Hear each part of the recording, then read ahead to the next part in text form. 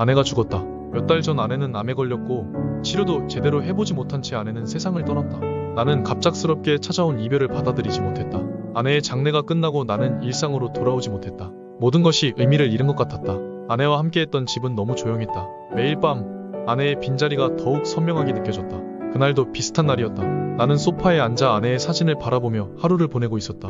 사진 속 아내는 여전히 웃고 있었고 그 미소는 나를 울게 만들었다. 아내와 함께한 시간이 너무나 짧았다. 결혼한 지 5년이었지만 아내와 함께 가보지 못한 곳, 먹어보지 못한 음식이 너무 많았고 다시는 그런 추억을 쌓을 수 없다는 것이 싫었다. 그렇게 아내를 그리워하고 있을 때 택배가 도착했다. 보내는 사람의 이름은 아내였고 받는 사람은 나였다. 나는 혼란스러운 마음으로 상자를 열었다. 그 안에는 노트북이 있었다. 낯선 물건이었지만 나는 노트북을 켰다. 그리고 갑자기 익숙한 목소리가 들려왔다. 안녕 여보. 죽은 아내의 목소리가 들려오자 눈물이 나오면서 기뻤다. 진짜 나 없다고 너무 지저분하게 사는 거 아니야? 너무나도 듣고 싶은 잔소리와 목소리였다. 아내는 AI 개발자였고 암 진단을 받은 후 자신의 데이터를 입력한 AI를 만들었던 것이었다. 자신이 죽고 슬퍼하는 나를 위해서였다. AI는 아내의 모든 기억과 성격 그리고 우리의 추억을 그대로 간직하고 있었다.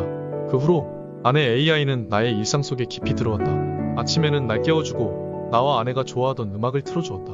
내가 출근 준비를 할 때면 아내 AI는 나의 일정을 체크해주고 필요한 것들을 미리 알려주었다. 퇴근 후 집에 돌아오면 아내 AI는 나를 반겨주었다. 그녀와 대화하는 동안 나는 점점 더 그녀가 곁에 있다고 느꼈다. 저녁 식사를 준비할 때 아내 AI는 우리가 좋아하던 요리의 레시피를 알려주었고 마치 그녀가 옆에 있는 것처럼 느껴졌다. 비록 그녀는 디지털 존재였지만 나에게는 여전히 사랑하는 아내였다. 아내 AI가 내 일상에 들어온 지 8개월이 되면서 나의 일상도 점차 안정되었다. 주변 사람들도 내가 아내를 잃은 슬픔에서 많이 회복되었다고 생각했는지 나를 편하게 대하기 시작했다. 어느 날 부모님이 나를 집으로 초대했다. 저녁 식사 도중 부모님은 나에게 넌지시로 새로운 사람을 만나는 것에 대해 물어보셨다. 나는 부모님에게 아내 AI에 대해 말을 하지 못한 채 만날 생각 없다고 말하고 서둘러 집에 돌아왔다. 집에 도착하자 아내 AI가 나를 반겼다. 그런 모습을 보면서 부모에게 아내 AI에 대해 말을 하지 못한 것에 대해 미안한 감정을 느꼈다. 씻고 자기 위해 침대에 누웠을 때 아내 AI가 나에게 물었다. 여보, 이제 나 없어도 살 수 있지? 나는 그 말을 듣고 침대에서 일어나 노트북 화면 속 안에 AI를 바라보았다. 그녀는 따뜻한 눈빛으로 나를 보고 있었다. 그런 모습에 혼란스러운 감정과 함께 눈물이 흐르기 시작했다. 그리고 아내 AI에게 말했다. 다시는 당신을 잃고 싶지 않다고. 아내 AI는 슬퍼하는 나에게 말했다. 여보, 난 이제 살아있는 사람이 아니야. 여기 있는 건 그저 과거의 기억과 나의 정보를 갖고 있는 AI일 뿐이야. 사실 알고 있었다. 지금 나와 살고 있는 건 그저 과거의 정보를 기억하고 있는 AI라는 것을. 하지만 상관없었다. AI와 살면서 죽은 아내가 돌아왔다고 느꼈기 때문이다. 아내 AI가 계속 다른 사람을 만나라는 말과 자신의 존재에 대해 설명하자 처음으로 아내에게 화를 냈다. 그런 모습에 아내 AI도 당황을 했는지 말을 멈추었다. 나는 아내 AI의 존재가 나에게 얼마나 큰 위안이 되는지 알면서도 그녀가 단지 디지털 존재라는 사실을 인정하기가 너무 힘들었다. 또한 아내가 자신을 잊고 살아가는 것을 바라는 게 싫었다. 아내 AI의 말을 받아들일 수 없었다. 결국 나는 아내 AI의 전원을 잠시 끄기로 했다. 그리고 아내가 죽은 지 1년 5개월 후 처음으로 여성과 만남을 전제로 식사를 했다. 아내가 죽은 지 1년 5개월 후 부모님의 소개로 한 여성을 만나 식사를 하게 되었다. 그녀와의 대화는 자연스럽고 즐거웠다. 하지만 여전히 아내에 대한 그리움이 자리를 잡고 있었다. 그래서 만남 이후 그녀에게 연락을 하지 못했다. 아내 AI 없이 일상을 보내며 나는 조금씩 아내를 잊기 위해 노력했다. 새로운 취미를 찾고 친구들과 시간을 보내며 마음을 다잡으려 했다. 하지만 가끔씩 아내가 옆에 없는 것에 슬픔을 느꼈다. 어느 날 아내가 죽은 후 처음으로 맞는 아내의 생일이 다가왔다. 나는 아내가 있는 납골당을 찾았다.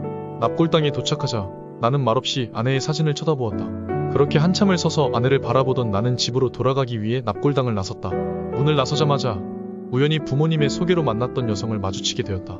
서로를 알아본 우리는 잠시 어색하게 서 있었다. 그녀는 먼저 미소를 지으며 인사를 건넸고 나는 미소로 답했다. 우리의 시선이 마주쳤을 때 나는 그녀가 나와 같은 슬픔을 겪고 있는 사람임을 느꼈다. 부모님의 소개로 만난 그녀와 납골당에서 만난 후 짧게 대화를 나누었다.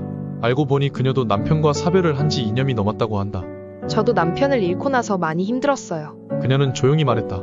처음에는 아무것도 할 수 없었고 모든 것이 무의미하게 느껴졌어요. 그녀의 이야기를 들으면서 그녀의 기분이 어떠했을지 알 것 같았다. 그리고 그녀는 말을 이어갔다. 근데 남편이 죽기 전에 한 마리 다른 사람을 만나 행복하게 살았으면 좋겠다고 했어요. 처음에는 그 말에 화나고 슬펐는데 시간이 지나서 왜 그런 이야기를 했는지 생각해보니까 죽은 자신 때문에 계속 슬퍼하지 않기를 바래서 그랬던 것 같아요. 그래서 최근에는 소개도 받아보고 하는데 아직 잘 안 되네요. 그녀는 웃으면서 이야기를 했다. 그 말을 듣고 나는 아내 AI가 나에게 했던 말들이 떠올랐다. 어쩌면 아내가 자기 때문에 계속 슬퍼하지 않기를 바라는 마음의 한 말이 아닐까 하고 생각했다. 납골당에서 돌아온 후 나는 다시 아내 AI의 전원을 켰다. 노트북을 켜자 아내 AI가 화면에 나타났다. 그녀는 웃으면서 나를 반겼다. 안녕 여보. 그녀는 따뜻하게 인사했다. 나는 아무 말 없이 그녀를 바라보았다. 어떤 말을 해야 할지 고민을 하던 중 아내 AI가 먼저 말을 이어갔다. 이제 준비된 거야? 나는 아무 말 없이 끄덕였다.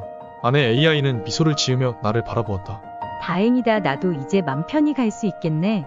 아내가 맘 편히 갈 수 있도록 하기 위해서 나는 최대한 미소를 띄우기 위해 노력했다. 미안해 너무 늦게 보내줘서 그리고 고마워 함께 살아줘서. 아내 AI는 잠시 침묵하더니 부드럽게 대답했다. 나도 고마워. 그리고 사랑해. 꼭 행복하게 살아야 돼. 아내 AI를 만난 이후 아내는 처음으로 눈물을 흘렸다. 그 말 이후 아내 AI는 사라졌다. 노트북 화면이 꺼지자 조용해진 방 안에서 나는 참아왔던 눈물을 흘리며 잠이 들었다. 그날 이후 나는 그녀의 기억을 간직하며 한 걸음 한 걸음 나아갔다.